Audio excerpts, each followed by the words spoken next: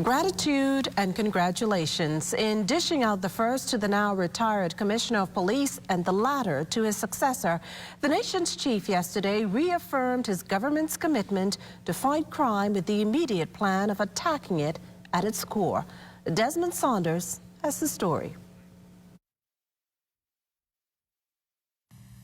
With over 70 murders on record for the year and an increase in illegal firearms and violent crime on the streets, Prime Minister the Honorable Philip Davis says the government is redoubling its efforts in the crime fight. We do not view policing as something which is to be inflicted upon our citizens and residents.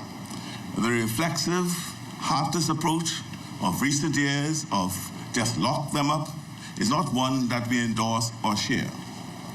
To be clear, however, we will continue to increase our muscular response to crime and violent crime in particular.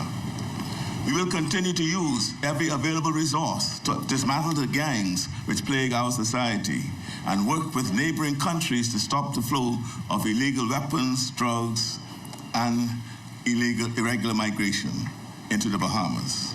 Davis admits gangs and weapons are the two most critical factors driving the high murder rate currently in the country. He says additional funding and resources will be placed into community policing. And we will continue to offer safety net programs for young people.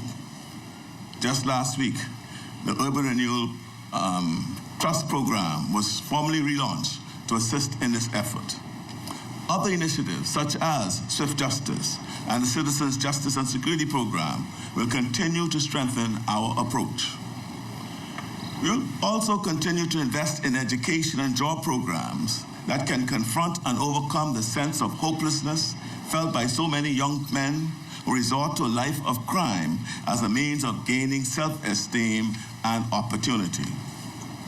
And with the building of a new prison and an expansion of rehabilitation schemes, we will do what we can to ensure that when people complete their jail sentences and rejoin society, they are supported and enabled to ensure that they do not reoffend. Prime Minister also pledging better support for victims of crime. Davis hailed both outgoing Police Commissioner Paul Roll and incoming top cop Clayton Fernandez, some of the finest in the policing tradition of the country. He expressed confidence in Fernandez's leadership. He is also a career law enforcement officer with almost 4 decades of policing, administrative and investigative experience. He has worked in the Traffic Division, the Criminal Investigations Department, and served as a divisional commander on the Selective Enforcement Unit.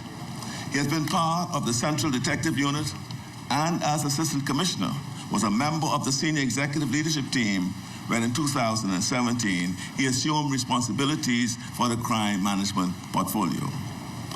Following his return to active duty in September 2021, Mr. Fernandez took on a new and more challenging role when he assumed the Criminal Investigations and Intelligence portfolio as Deputy Commissioner of Police.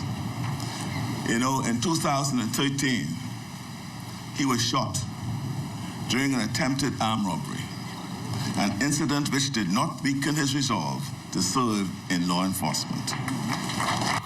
The Prime Minister says the job of policing has never been more challenging or more demanding, and the change of leadership in the Royal Bahamas Police Force symbolizes his administration's commitment to strengthen the rule of law and win the crime fight. For the Bahamas Tonight, I'm Desmond Saunders. Carey's Fabric and Uniform Store is not just your leading uniform store.